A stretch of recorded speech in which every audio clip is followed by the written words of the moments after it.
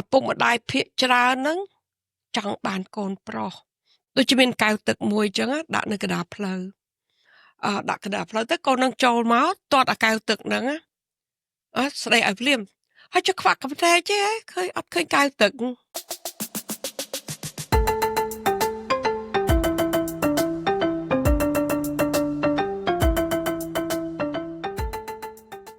Jambriep Sua, and welcome to Khmer Talk, where Khmer voices don't just speak, they resonate. I'm your host, Srai. On Khmer Talk, we explore the stories of our families, friends, and neighbors, stories shaped by lived experiences, resilience, and cultural wisdom. Each episode creates a space to connect our communities, celebrate our heritage, and spark ideas that help us to better understand one another and move forward together. Whether you're listening or watching from Cambodia or anywhere around the world, this is your space to be heard, to reflect, and to be inspired, learning from our past as we build a better future. So, let's talk. In today's episode, where we journey into the heart of Khmer culture, we'll explore the etiquette, traditions, and roles of Khmer women, guardian of family honor, keepers of tradition, and symbol of resilience. From the timeless wisdom of Bap Srai to the evolving voices of modern Cambodia, we'll uncover how these values shapes daily life and continue to influence society today. Stay tuned as we balance heritage and modern perspectives and discover the stories behind the proverbs, rituals, and roles that define Khmer womanhood. Jambriep Sua Nitmeen, welcome. Nitmeen Darachan to this podcast. Welcome, Nitmeen. ជំរាបសួរនាងចាខ្ញុំជាបឋមខ្ញុំសូមអភ័យទោសចំពោះការឆ្គាំឆ្គងខ្លះពីព្រោះថាវ័យរបស់ខ្ញុំចិត្តចូលដល់លេខ8ហើយ80ហើយអញ្ចឹងហើយវាមានការភ្លេចភ្លាំងសូមអភ័យទោសចំពោះនាងហើយចំពោះជនជាតិខ្មែរយើងដែលបានស្ដាប់នៅបកថានេះសំទោសខ្ញុំចង់និយាយពីស្ត្រីខ្មែរយើងកាលពីជំនាន់មុនឆ្នាំ1960ដែលមានទំនៀមទម្លាប់ខុសគ្នាពីសម័យឥឡូវនេះចាហើយនិយាយតែពីស្ត្រីទេអត់និយាយពីបុរសទេចង់និយាយថាកាលពីដើមចំពោះស្ត្រីយើងយ៉ាងម៉េចហើយដល់ក្រោយមកបានយើងនឹងនិយាយពីស្ត្រីយើងបច្ចុប្បន្ននេះចាកាលពីនៅកុមារនៅពេលដែលឪពុកម្ដាយទាំងងន់ក្ដីមកប្រសូតមកហើយប្តីឪពុកម្ដាយភាគច្រើនហ្នឹងចង់បានកូនប្រុសប៉ុន្តែវាចៃដន្យទៅជាកូនស្រីចាធម្មតាគេចង់បានកូនប្រុសមុនគេថាកូនប្រុសហ្នឹងវាបន្តពូជពងវងតកូលគេណាចាអញ្ចឹងបានថាជួនកាលទៅខ្ញុំនឹកឃើញទៅចិត្តដែរថាកើតមកជាស្រីគេអត់ចង់បានទេតាមមើលទៅណាតែឥឡូវបើកើតទៅហើយធ្វើម៉េចចាហើយដល់គេដាក់ឈ្មោះក៏ត្រូវដាក់ឈ្មោះទៅតាមត្រកូលរបស់ប្តីអត់មានដាក់តាមត្រកូលម្ដាយទេគឺថាឪពុកឈ្មោះអីចឹងគឹមអីចឹងមកកូនមកក៏ឈ្មោះគឹមអញ្ចឹងដែរទៅតាមហ្នឹងពីបើដល់ប៉ុន្តែការថែទាំខ្មែរយើងយកចិត្តទុកដាក់ថែទាំកូនបានល្អមិនអីទេប៉ុន្តែកាលណាកូននឹងធំបន្តិចឡើងចំពោះកូនស្រីខ្ញុំនិយាយតែចំពោះកូនស្រីទេដូចថាពីអាយុ3 4 5ឆ្នាំឡើងទៅហ្នឹងគឺមានវិន័យតឹងរឹងបន្តិចគឺថាការអប់រំហើយចង់ជម្រាបថាឪពុកម្ដាយសម័យមុនហ្នឹង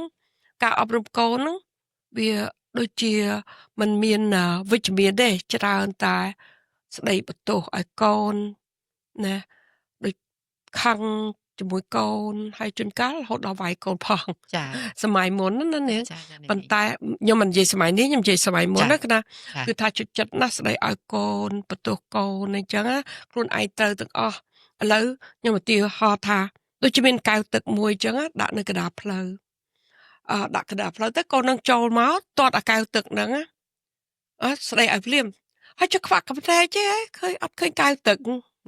ញ៉ែស្ដីឲ្យគ្នាភ្លាមណាចាប៉ុន្តែបើកែវទឹកដដែលហ្នឹងនៅកណ្ដាលផ្លូវហ្នឹងដែរខ្លួនឯងដើរមកទាត់វិញគាត់ថាអាណាយកកែវទឹកមកដាក់កន្លែងហ្នឹងឃើញទេដូច្នេះគឺថាពុកម្ដាយត្រូវរហូតតែច្រើនតែបន្ទោសកូនជាពិសេសកូនស្រីហើយដូច្នេះកូនស្រីនឹងត្រូវតែ គោរពឪពុកម្ដាយស្ដាប់បង្គាប់ឪពុកម្ដាយខ្លាំងណាស់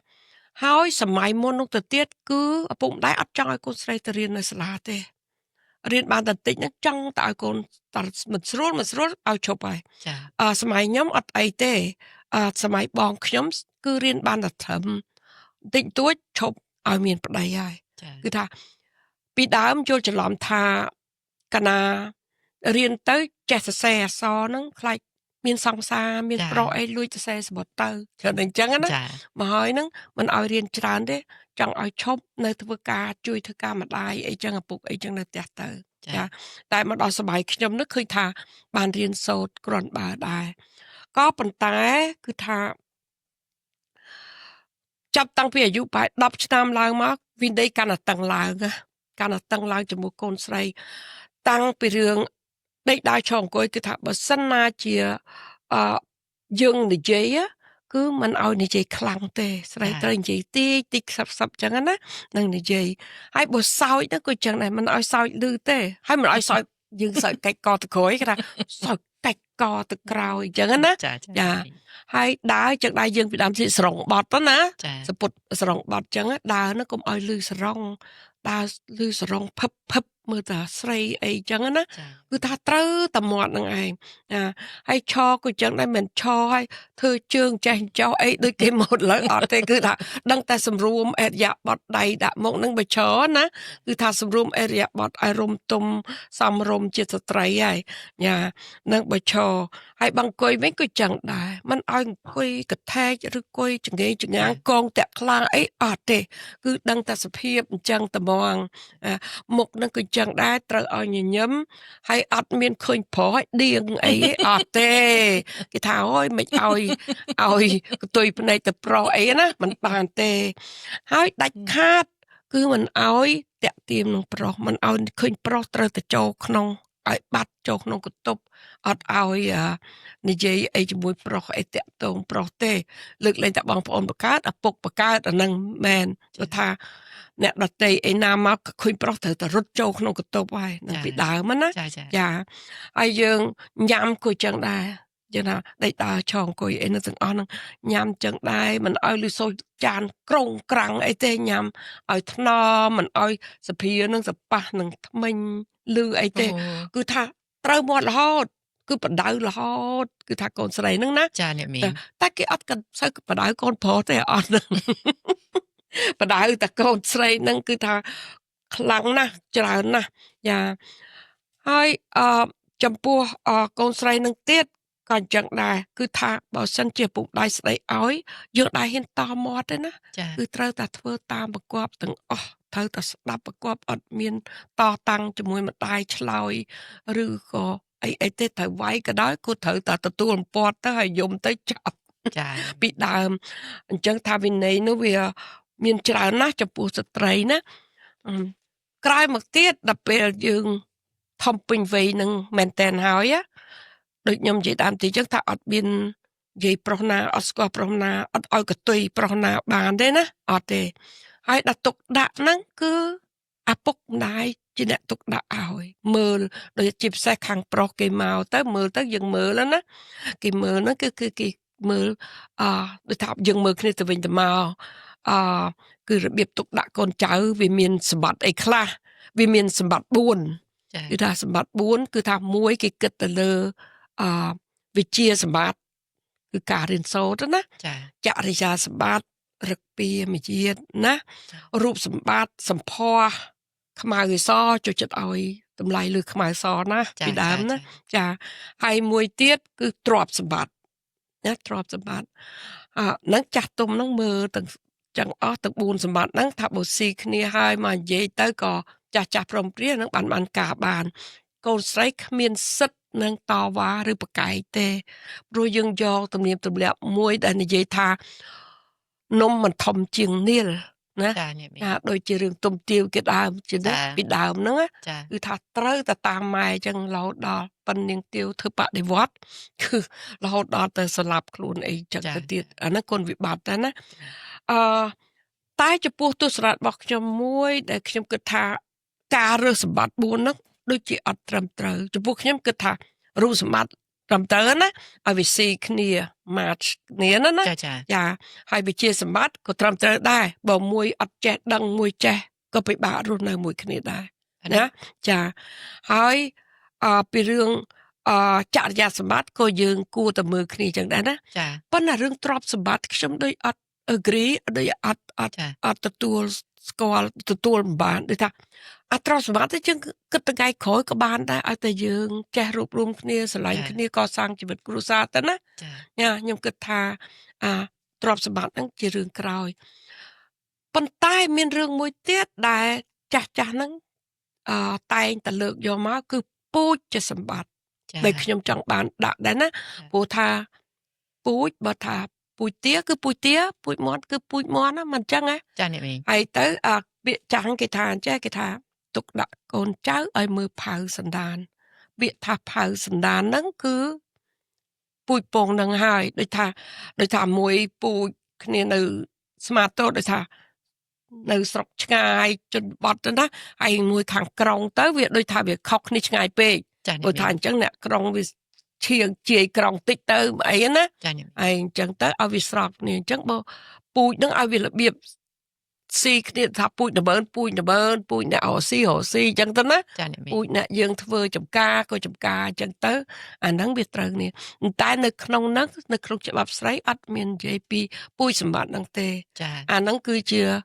ការលើកមកការយកឃើញរបស់មីងទេដែលឃើ ចា ញ អ្នកមីង ញ៉ាប៉ុន្តែចាស់ក៏ធ្លាប់និយាយដែរណាពូជគេល្អណាមើលពូជគេណា ចា ណាពូជគេនឹងពូជគេអ្នកអូស៊ីណាពូជគេនឹងពូជគេអ្នកដំបើនអីចឹងណា ចាអ្នកមីង ចាដូច្នេះការលើកពីពូជខ្ញុំទទួលស្គាល់ថាជាការល្អយើងមើលពូជសន្តាននឹងបានឲ្យសមរម្យណាចាហើយរឿងរូបសម្បត្តិចំពោះខ្ញុំគិតថាក៏មិនសំខាន់ហ្មងដែរឲ្យតាសំខាន់គឺថាវិជាសម្បត្តិហើយនឹងចរិយាសម្បត្តិណាឲ្យល្អព្រោះរូបសម្បត្តិមិនថាខ្លួនឯងអាក្រក់និយាយការពារ ក៏ប៉ុន្តែខ្ញុំថាយើងស្ត្រីល្អខាងក្រៅវាល្អមួយហើយជាការប្រសើរហើយតែយើងចង់បានឲ្យវាល្អពីខាងក្នុងមកដែរយើងអង់គ្លេសថា beautiful from inside ណា ចាចាអ្នក តែ មីង ចង់បានអាហ្នឹង ខ្ញុំខ្ញុំយល់ន័យមីងថាព្រោះខ្ញុំគិតថាយើងសក្ខណ្ឌយើងរូបរាងស្អាតប៉ុន្តែយើងអត់មាន ការចេះដឹង ចាចេះដឹងក្នុងខ្លួនយើង អត់ឆ្លាត ចាអត់ឆ្លាត អត់ដឹងខុសដឹងត្រូវល្អតែ ខាងក្រៅ ចា អាហ្នឹងមានពាក្យមួយទៀតគេថាស្អីស្រីសដូចចានណាមិនយានបានដូចឆ្កែកុំផ្ទះ ចា ប៉ុន្តែអាហ្នឹងខ្ញុំអត់ចូលចិត្តប្រើពួកអត់ល្អសោះ ចាចា ចា អ្នកមីង ខ្ញុំចូលចិត្តប្រើចេះវិញខ្ញុំចង់ចូលចិត្តប្រើថាសម្ដីសជាតិមាយាទសពូជគឺថាសម្ដីសជាតិមាយាទសពូជហ្នឹងបានស្អីថាកណ្ដាលចេញនិយាយមកយើងដឹងណាចេញនិយាយមកយើងដឹងថាអ្នកហ្នឹងក្នុងតកូលយ៉ាងម៉េចណាហើយការនិយាយស្ដីហ្នឹងវាមានកម្រិតប៉ុណ្ណាចេះដឹងប៉ុណ្ណាអីប៉ុណ្ណាក្នុងការនិយាយហ្នឹងអញ្ចឹងបានគេថាសម្ដីសជាតិមាយាទសពូជអញ្ចឹងយើងគ្រាន់តែស្ដាប់សម្ដីនិយាយមកយើងដឹងថាពូជពងគេរបៀបម៉េចហើយ ចាអ្នកមីង ចាអញ្ចឹងបើនិយាយពីលទ្ធផលនៃការដែលនំបន្ថំជាងនាលហ្នឹងវាមានពីរយ៉ាងដែរ អ្នកមីង ពាក្យអង់គ្លេសគេថានំយើង នំបន្ថំជាងនាល នាល ខ្ញុំអត់ដឹងដែរអ្នកនឹងថា នំហ្នឹងបើពាក្យនំវាយើងនិយាយថាដូចជា cake a cake ចា cake ហ្នឹង it's not bigger than มันអាចធំជាងអានេះនាលដែលគេពីដើមមកពីនាល Oh. ជីងជីង ចា ជីងហ្នឹងគេមិនមានអាខ្សែពីរចេះណា ចា ហើយបើគេចង់ដាក់នំមួយចង្ហៀងខាងនេះគេហៅនាលហ្នឹងគេសម្រាប់ដាក់ឲ្យថ្លឹង អូឲ្យថ្លឹង ឲ្យសម្រាប់ថ្លឹងអាហ្នឹងគេហៅនាលណា ចាចា ហើយទៅអានាលហ្នឹងវាចេះតែមានច្រើនណានំហ្នឹងมันអាចធំលើពីអាហ្នឹងបានទេ ចា បើមានន័យ ចាន័យហ្នឹងដូច it's like a weight right ចា so you need to find balance ចា ត្រូវទេមីង ចាប៉ុន្តែនាលនំហ្នឹងគេគិតដូចជាកូន ចា ចំណែកនាលគឺជាឪពុកម្ដាយ ដូច្នេះកូនហ្នឹងมันអាចធំជាងឪពុកម្ដាយបានទេវាមានន័យចេះ ចា បើឪពុកម្ដាយសម្រេចថាម៉េចកូនហ្នឹងត្រូវតែទៅតាមឪពុកម្ដាយ ចា អាហ្នឹងមានន័យថាអញ្ចឹង អូចា ត្រូវតែស្ដាប់ប្រកបឪពុកម្ដាយមិនអាចធំជាងទេ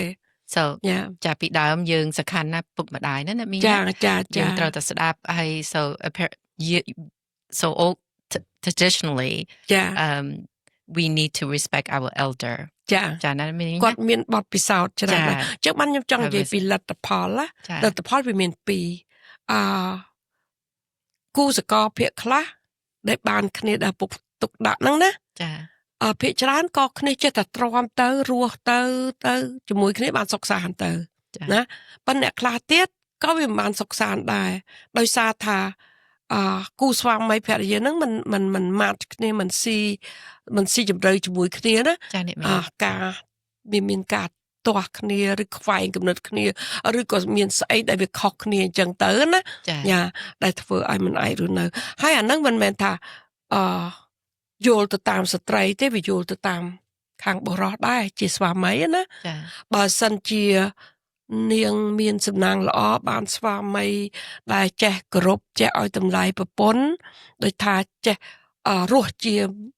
អ្នកទទួលខុសត្រូវក្នុងគ្រួសារអាហ្នឹងក៏មានសេចក្តីសុខទៅប៉ុន្តែបើសិនជានាងទៅប៉ះចំអ្នកចូលគេហៅថាឈួត3ណា នាងដឹងឈួត3នេះជាឈួតស្រីឈួតស្រាឈួតលបែងណាគេថាឈួតមួយនឹងស្រីឈួតមួយនឹងស្រាអំពើពាលាឈួតនេះហៅមហាឈួតក្រៃកន្លងគឺថាទាំងឈួតទាំង3ហ្នឹងគឺថាតាធ្លាក់មួយហើយពិបាកស្ដារមកវិញណាហើយបើអ្នកខ្លះចូល12ទៀតណាអានឹងកាន់យ៉ាប់អ្នកខ្លះ13ទៀតដូចថាសំបីតែមួយហ្នឹងគាត់ល្អដែរនាងគិតមើលអមថាឈួតស្រីតើប្រពន្ធយ៉ាងម៉េចដែរអ្នកដែលប្តីឈួតស្រីហ្នឹង ចាអ្នកមីង ពិបាកណាស់ណា ចា ឈឺចាប់សពគ្រប់បើសិនជាមិនដឹងថានាងមានការឆ្លងកាត់អត់ទេបើអ្នកដែលឆ្លងកាត់យល់ណាស់ថាសេចក្តីទុក្ខរបស់ស្ត្រីហ្នឹងគឺខ្លាំងក្លាណាស់នៅពេលដែលប្តីក្បត់ ចា ណាស្រីក្បត់ហើយបើស្លាវិញស្វឹងតែអញ្ចឹងទៅនិយាយគ្នាស្ដាប់អត់បានអីអញ្ចឹងទៅក៏ពិបាករស់នៅមួយគ្នា ចា ហើយបើទៅលបាយវិញគឺដឹងតែវិនិច្ឆ័យខ្ចាត់ខ្ចាយអស់ហើយ ចា អញ្ចឹងបានថាអាហ្នឹងវាស៊ីសងទៅលើអត្តចរិតទាំងសងខាងហើយយើងក៏មិនបន្ទោសតែប្រុសដែរជួនកាលស្រីក៏អាចមានអញ្ចឹងដែរ ចាចាអ្នកមីង ចាអញ្ចឹងបានបើយើងចង់និយាយថាពីស្ត្រីមុនណា ចា ចាហើយអញ្ចឹងទៅស្ត្រីដែលឪពុកម្ដាយទុកដាក់ហ្នឹងបើយើងចង់មានសេចក្តីសុខយើងត្រូវតែធ្វើទៅតាមច្បាប់ស្រីខ្លះចឹងហើយបានមានច្បាប់ស្រីគេចែងមកថានៅពេលដែលយើងមានច្បាប់ស្រីប៉ុន្តែច្បាប់ស្រីពីដើមហ្នឹងវាដូចថាចាស់កម្រិលពេកណា ចា មីងគិតថាយើងគួរតែលុបចោលខ្លះណាហើយការរៀនសូត្រពីជំនាន់មុនក៏គេបានពិភាក្សាចឹងដែរតាណាដែលយើងគួរយកតាណាមិនយើងយកយើងបោះចោលចឹងទៅណា ចាអ្នកមី ចា ង ហើយដូចរឿងទុំទាវក៏ជារឿងមួយដែលគេធ្វើបដិវត្តន៍ដើម្បីឲ្យឪពុកម្ដាយដឹងដែរថាការដែលរំលោភសិទ្ធិទៅលើកូនខ្លាំងពេកហើយកូនមិនស្រឡាញ់នោះវាធ្វើឲ្យបែកបាក់គ្នាហើយរហូតដល់ស្លាប់រៀងខ្លួន ចា ណានាងផ្កាសពូនក៏ចឹងនាងវិទ្យវីនោះក៏ស្លាប់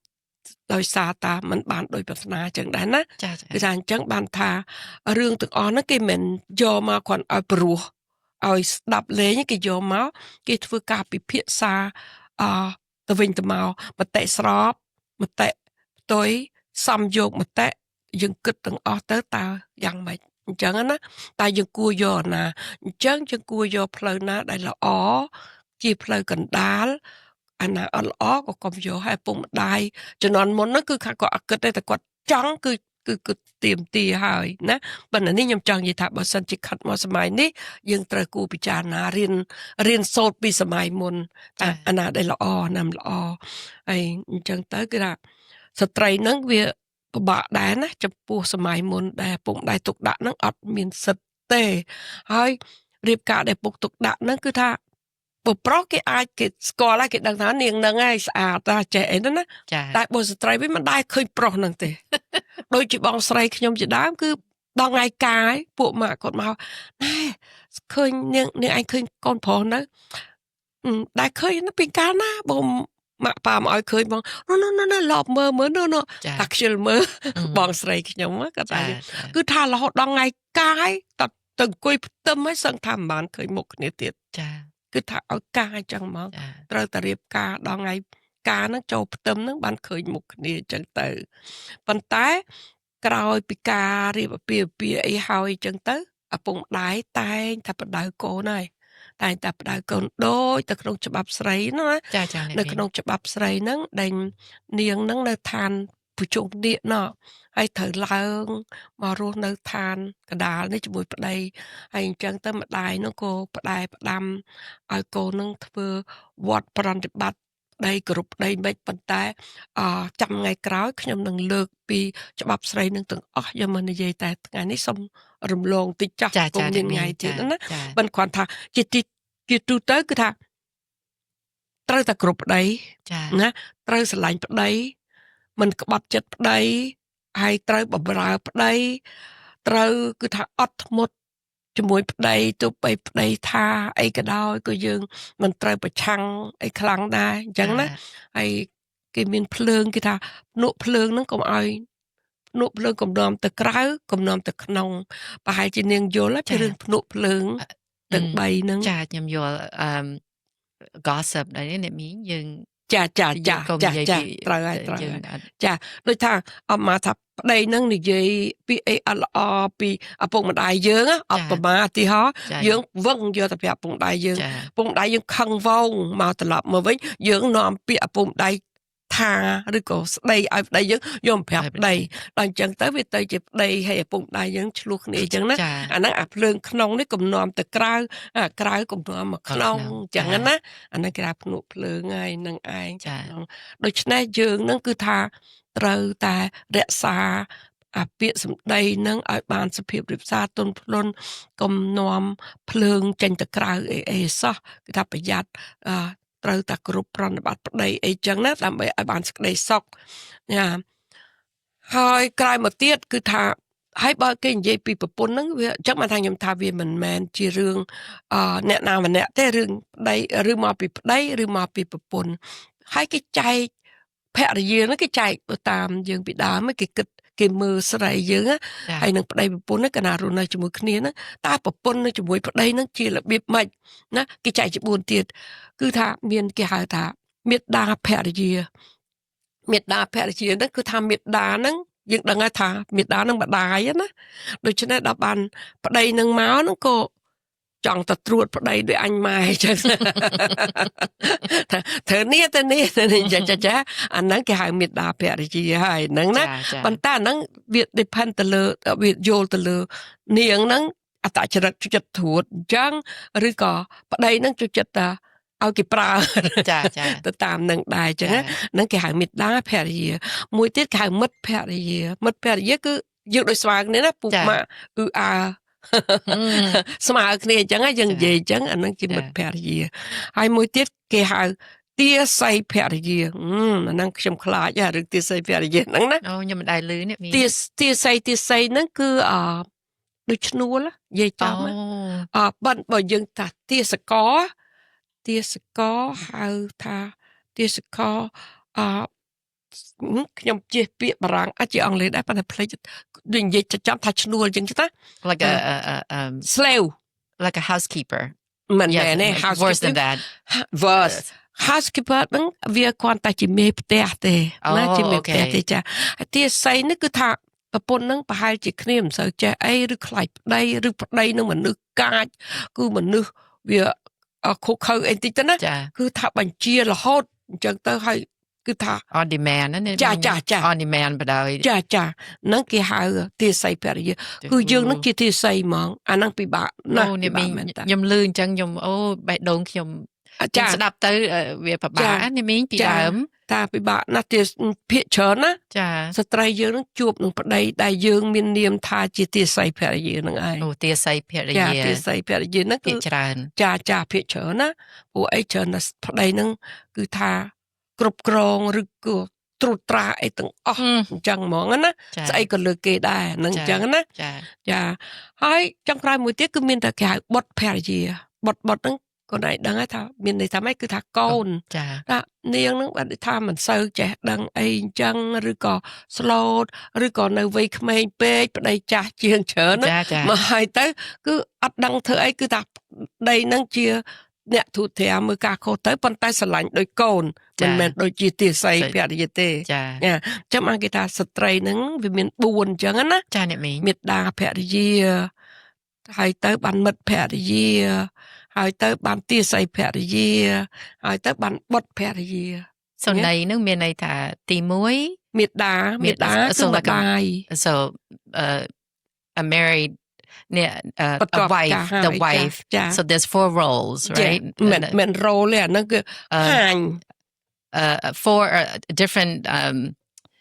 okay ដូចរបៀបប្រពន្ធហ្នឹងវាមាន4យ៉ាងអញ្ចឹងណា oh okay ចា so លក្ខណៈមិនមែនជា role ទេ okay so there's លក្ខណៈស្រីខ្លះហ្នឹង មាន4 version right ចាចា ត្រូវទេមាន ចា 4 ចា version ចា ទី1ជា មេត្តា មេត្តាភរិយា the wife is the mother in Yeah. that relationship ចា ត្រូវទេអ្នកមីង relationship ហ្នឹងណា ចាចាទី2 អាចជា មិត្ត friend friend ចា ចា friend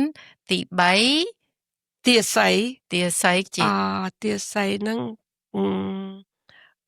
ដូចជា 7 ណាជាឈ្នួលអញ្ចឹង oh like a servant okay Yeah, okay yes. ចាអ្នកមីង and ទី4 is like your បត់ដូចគឺកូនដូចជាកូនចា and ចា a child ចា so you ប៉ុន្តែមិនមែនយើង role ហ្នឹងយើងដើរទាំង4ហ្នឹងឯងប៉ុន្តែ ចា វាមានលក្ខណៈខុសៗគ្នាក្នុងជីវិត ចា ប្តីប្រពន្ធដែលខ្ញុំ ចា ចង់និយាយណា ចា ថាអ្នកខ្លះស្រាប់យើងបានប្តីទៅយើងដើរតួជាមេត្តាភរិយាទៅ អ្នកខ្លះទៀតក៏ទៅជាមិត្តភរិយា ចា អ្នកខ្លះទៀតទៅជាទាស័យ ចា ទាស័យគេទៅណាហើយអ្នកមួយខ្លះទៀតទៅក៏ទៅជាបុត្រភរិយាអញ្ចឹងណាចាវាមានអញ្ចឹងដែរហើយក៏អាហ្នឹងវាទៅតាមនឹងយល់ទៅតាមការចេះដឹងពូជបោឬក៏លក្ខណៈមិនមែនតែខាងស្រីទេទៅខាងប្រុសទៅខាងប្តីទៅខាងប្រពន្ធអញ្ចឹងណា ចា ចា ចា ប៉ុន្តែ សំទោសអ្នកមីងចាអ្នកមីងគិតថានៅក្នុងទី4ហ្នឹងអ្នកមីងគិតថាអ្នកមីងអ្នកណាមួយ មានជាមិត្តមានជាមិត្ត ចាល្អ ចាចាចាជាមិត្តភរិយាគឺថា ចា មួយប្តីប្រពន្ធស្មើគ្នា ចា និយាយទៅ ចាចា ហើយជួយគ្នាទៅវិញទៅមក ចា កិច្ចការផ្ទះអីណា ចាចាអ្នក ហើយ មី មី ង ងគាត់ជួយធ្វើកិច្ចការផ្ទះជួយតាំងពីដើមស្លអី ចា អា ចា ហ្នឹងបច្ចុប្បន្នណា ចា ប៉ុន្តែពីដើមហ្នឹងមីងចូលទៅនិយាយពីដើមវិញថា ចា ស្ត្រីយ៉ាងម៉េចខ្លះពីដើមស្ត្រីហ្នឹងគឺថាភិកច្រើនអត់ធ្វើការទេ ចា ជាមេផ្ទះ ចា ជាមេផ្ទះដល់មេផ្ទះអញ្ចឹងហ្នឹងទៅទទួលការខុសត្រូវច្រើនណាស់ត្រូវគឺថាថែទាំប្តីមុនដំបូងគឺថាគោរពប្តីហើយត្រូវបំរើប្តីតាមពិតគ្រាន់តែបាយញ៉ាំគឺយើងមិនត្រូវញ៉ាំបាយមុនប្តីដែរណារហូតដល់ចូលគេងក៏មិនត្រូវចូលគេងមុនប្តីដែរណាតោះប្តីចូលគេងបានយើងចូលគេងក្រោយហ្នឹងច្បាប់ទម្លាប់ណា ខ្ញុំតាំងទ្រូងណាមីងអ្នកមីងខ្ញុំតាំងទ្រូង ហើយ លេ យើង ងចឹង ភ្ញាក់ក៏យើងមិនត្រូវភ្ញាក់មុនប្តីដែរ បើយើងត្រូវក្រោកក៏ត្រូវក្រោកមិនឲ្យប្តីភ្ញាក់ទៀតណោះ អូច្បាប់នេះ ចាច្បាប់នឹងនៅក្នុងច្បាប់ ចា ស្រីនឹងវាមានខ្លះៗអញ្ចឹងដែរណា ចា ចាហើយយើងនឹងត្រូវតែធ្វើម្ហូបទៅផ្សារហើយតាំងមានបាយទឹកនឹងបង្រើទុកឲ្យប្តីស្រេចប្តីត្រូវតែចូលមកដល់ផ្ទះឬក៏មកដល់តុបាយមានម្ហូបហើយស្រេច ចា សម្រាប់ប្តីនឹង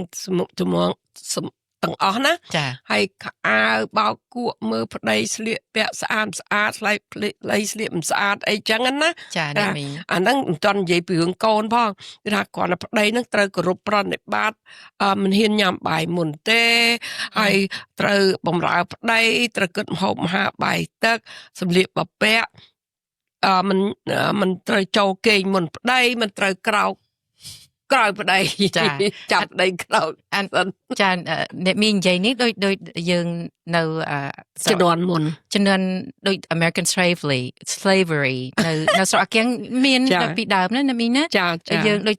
ប្រើគេ servant and do everything for so you know what ខ្ញុំស្ដាប់អ្នកមីងទៅវា similar ចាពីដើមដូច ចាហើយ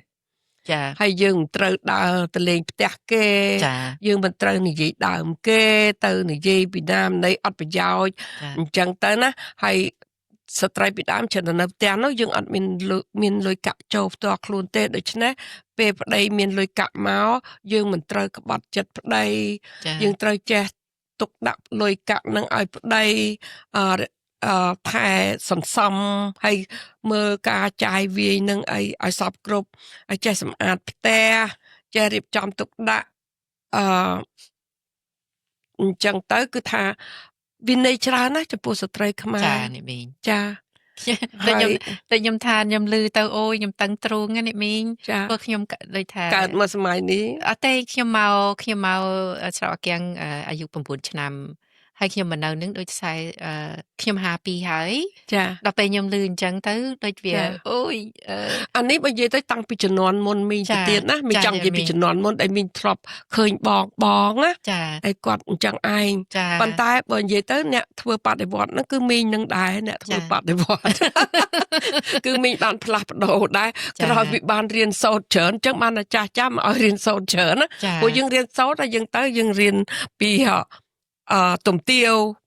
ដែលស្អីដែល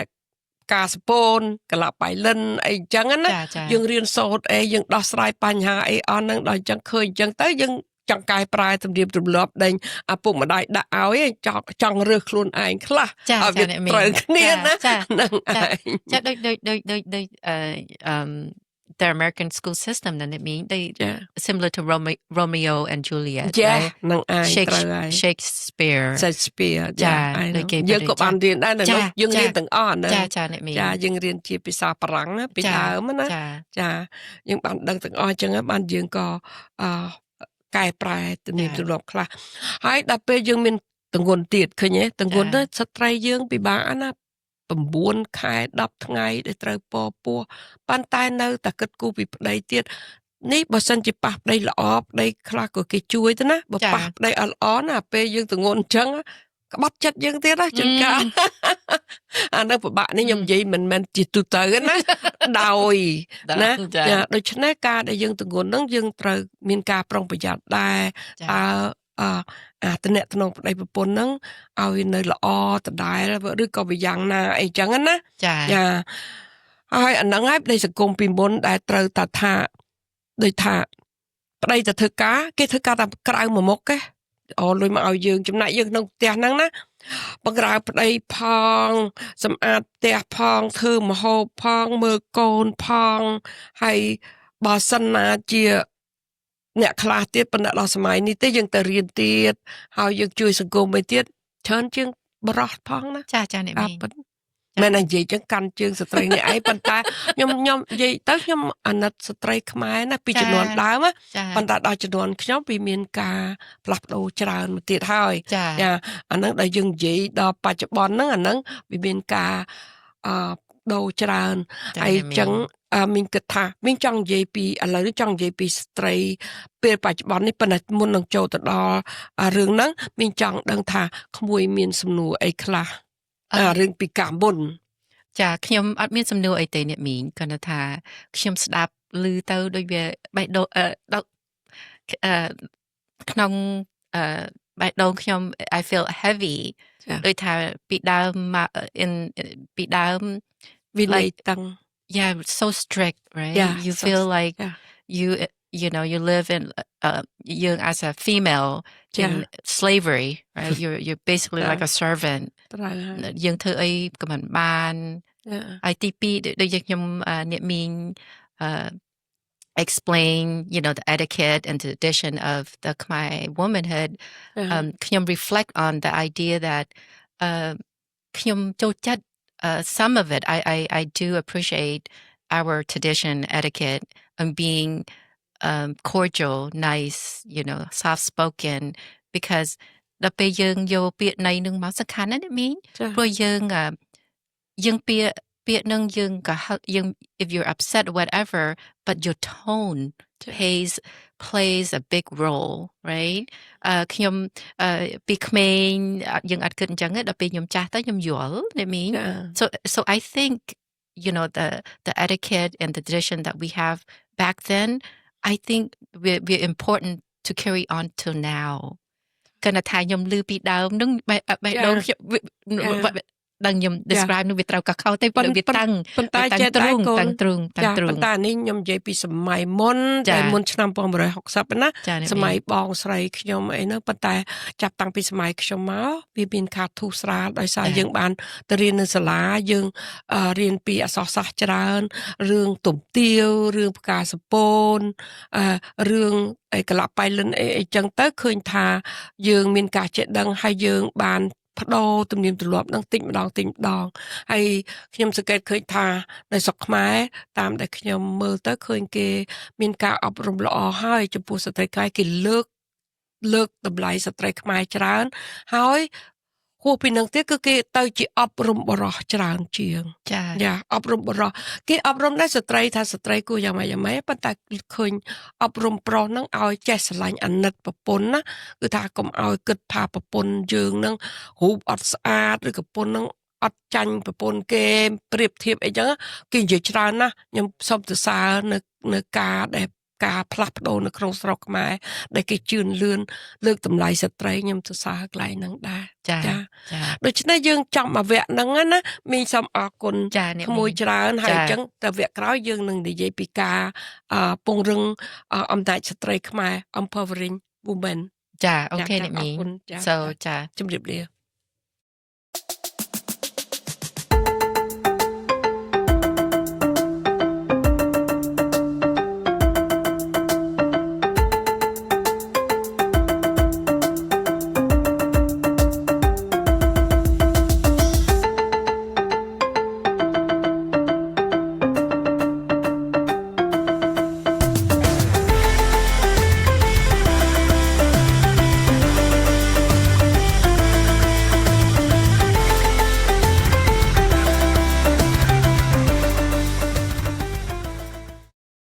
ហើយដូចខ្ញុំថាខ្ញុំនិយាយ